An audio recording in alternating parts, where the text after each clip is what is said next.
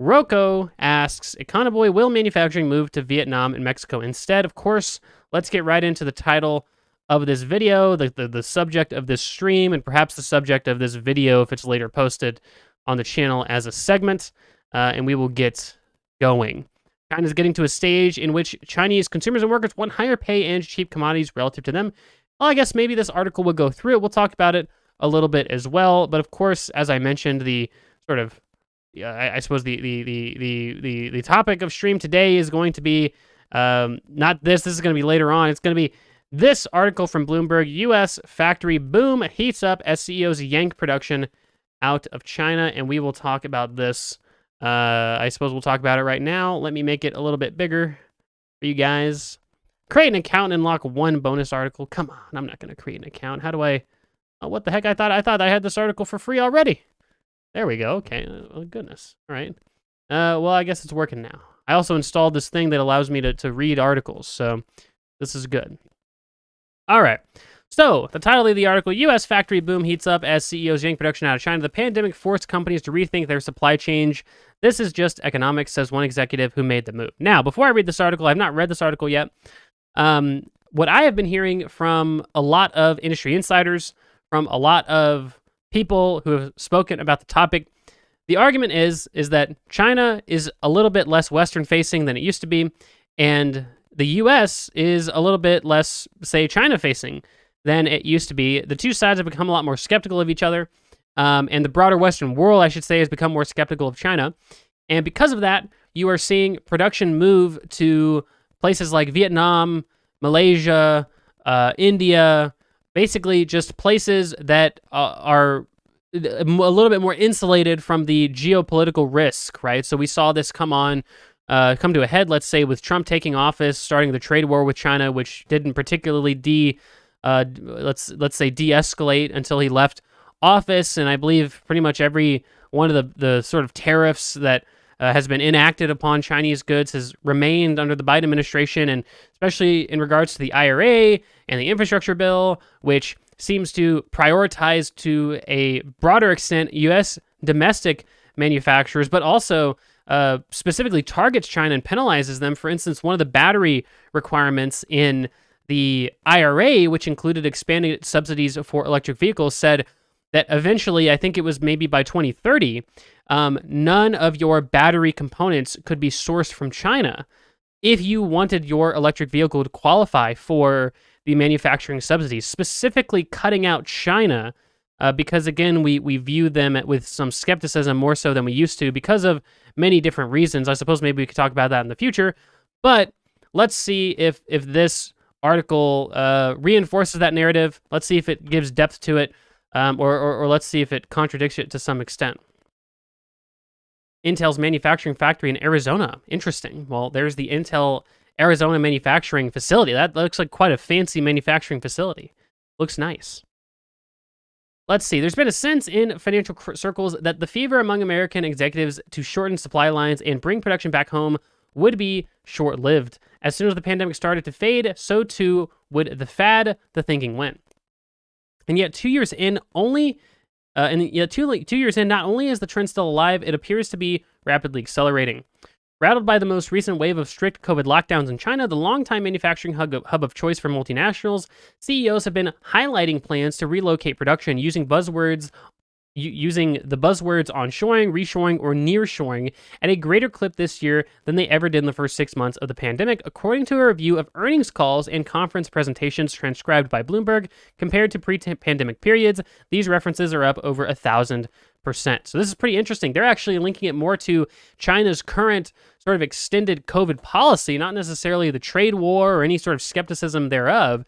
They're actually making the claim that China's consistent zero COVID policy is what's causing them to want to relocate production. And I can't blame them for that either. So for people that are unaware, China has had probably the strictest COVID lockdown and procedure regarding COVID of any country in the world that I can think of, and certainly the most persistent.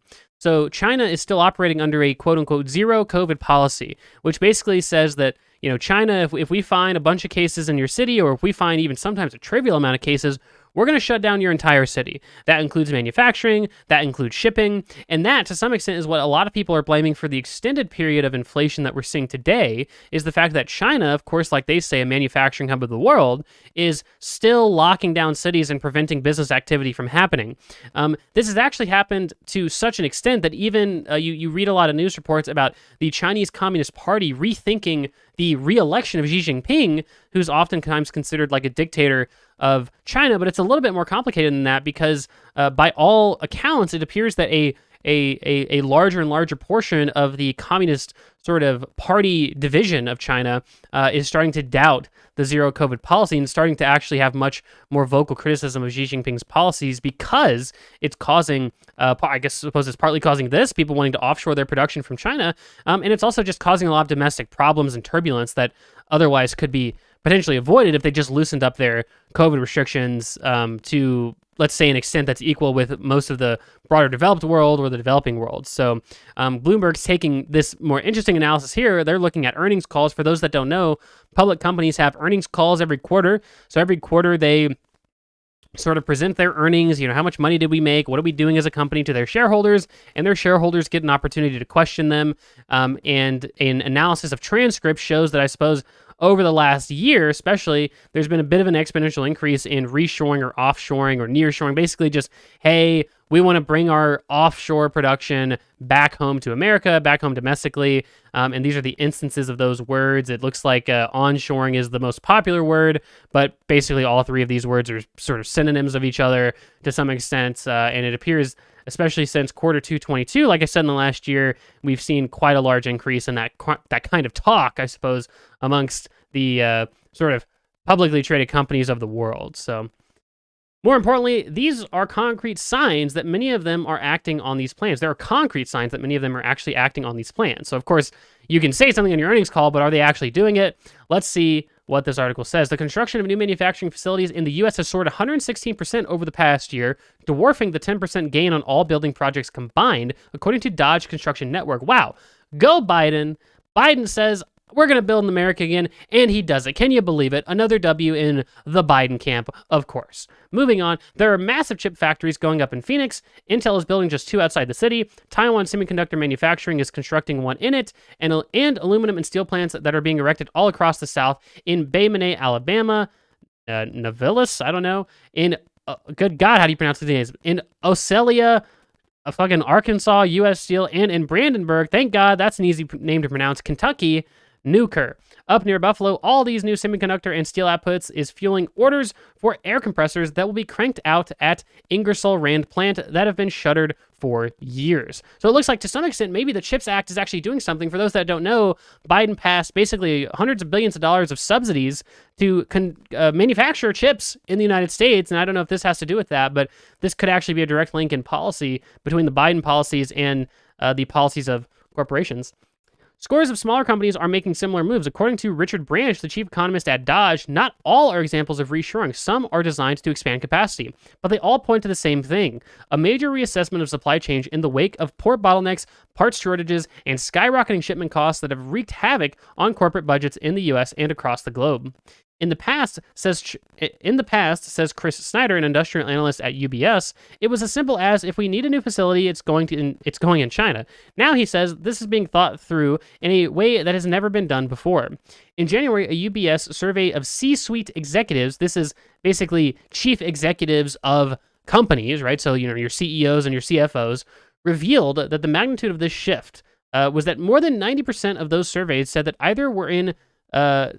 they either were in the process of moving production out of China or had plans to do so.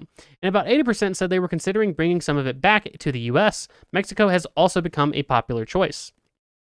This is, of course, a nascent trend, and so many manufacturing jobs were lost over so many decades, about 8 million from peak to trough, that almost no one would argue that current trend marks a return to those halcyon times. Not sure what that means.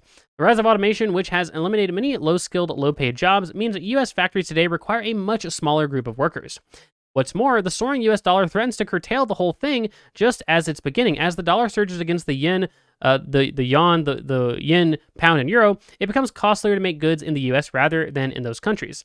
So what they mean by this is that if the dollar is becoming appreciated relative to other currencies, it's let's say you're incentivized to import more and more. So if you get more and more yen for your dollar, well, you're multiplying your purchasing power in those countries a lot of the times. And so it might make more sense to import a good than to make it domestically, because obviously domestically your dollar is just $1 for $1. But if you're going to say buy something from China, well, your dollar is $1 for like 10 renminbi or whatever it is. And so you might be able to purchase a lot more for similarly quality goods if you were to import it. And so that's why they're saying that more expensive US dollar relative to other currencies could lead to this sort of manufacturing boom being dead in the water, so to speak.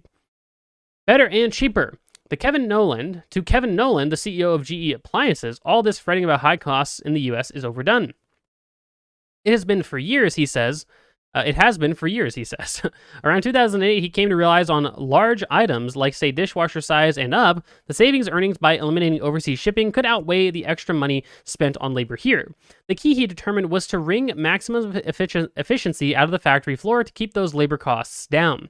A year later, he decided to test the thesis out and moved some of the GE's water heating production to Louisville. Other product lines followed. It's all been such a success for the company, which is now ironically owned by China's Hair Smart Home, that Nolan has been waiting for other CEOs to follow his move. It took a pandemic to convince them to do it. I've always said this is just economics. People are going to realize that they are saving, that the savings they thought they had aren't real, Nolan said in an interview, and it's going to be better and cheaper to make them here.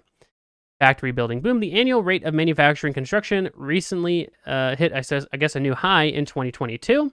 U.S. manufacturing construction spending adjusted for inflation. Well, that does seem like a pretty big high, certainly a lot higher than it was in the year 2000. What is that, like a 400-time increase or something like that? 400% increase? For some companies, the first nudge they got to revamp their supply chain lines came 2 years before COVID, when then-President Donald Trump began slapping tariffs on Chinese products again and again. Generac Holdings, a maker of power generators, started mapping out plans to shift some production from China, and when the pandemic hit, those plans got supercharged. The company now gets more of its parts from suppliers in the US and Mexico, produces more generators near its headquarters outside Milwaukee, and runs a brand new plant in a small town just north of Augusta, Georgia. Quote, "We wanted to be closer to our customers in the Southeast," said Chief Operations Officer Tom Petit. "Low shipping costs and quick delivery times are proving a hit with clients and paving the way for the company to keep growing," he said. Opened just a year ago, expansion work on the plant is already underway. Russia's invasion of Ukraine also got Petit's attention. Not just because the war further snarled global trade and added to the surge in freight costs, but because it reminded him that China could try something similar in Taiwan. And in the same way that business ended for most Western companies in Russia, so too could it end in China. Suddenly, that began a geopolitical backdrop that had helped encourage so many executives to globalize their operations over the past few decades was vanishing.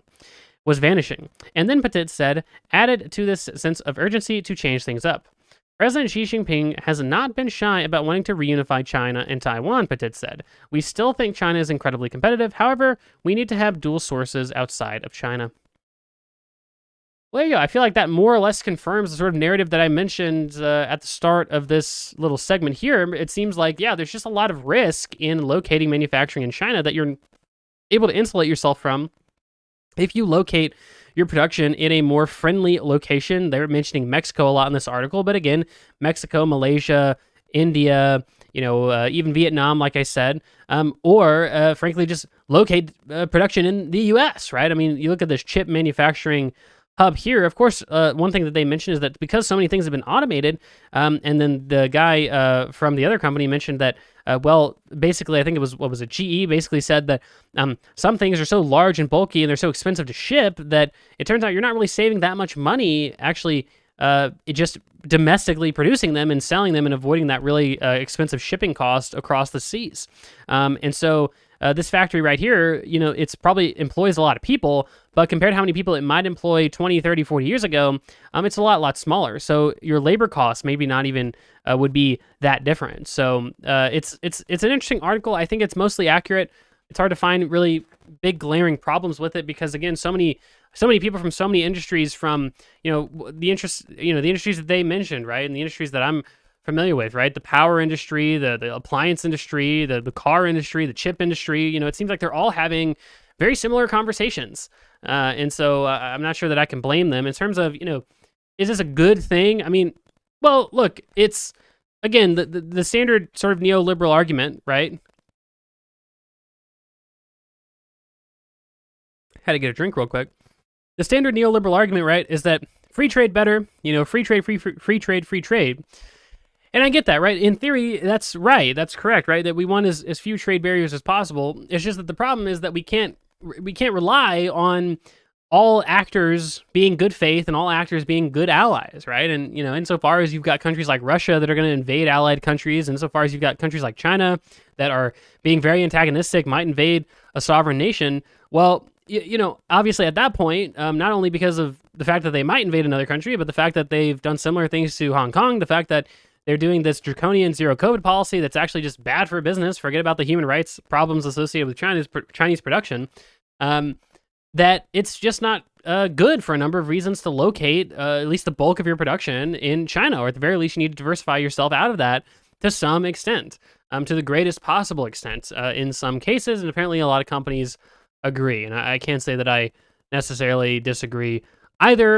Excel, I suppose to some extent this answers your question. Again, I don't generally support protectionism, I guess, like you do. I'm sorry, you said I generally support protectionism almost only exclusively for goods and services that require higher levels of human capital. Well, I don't know to what extent human capital is relevant in that calculation. I mean, I just think that it's good for some things for national security purposes, for let's say extra market diversification, to subsidize them domestically, or to put in incentives, positive incentives for them to locate some production domestically. That's one of the reasons I think that the IRA was great. And it's one of the reasons why I think the CHIPS Act was great.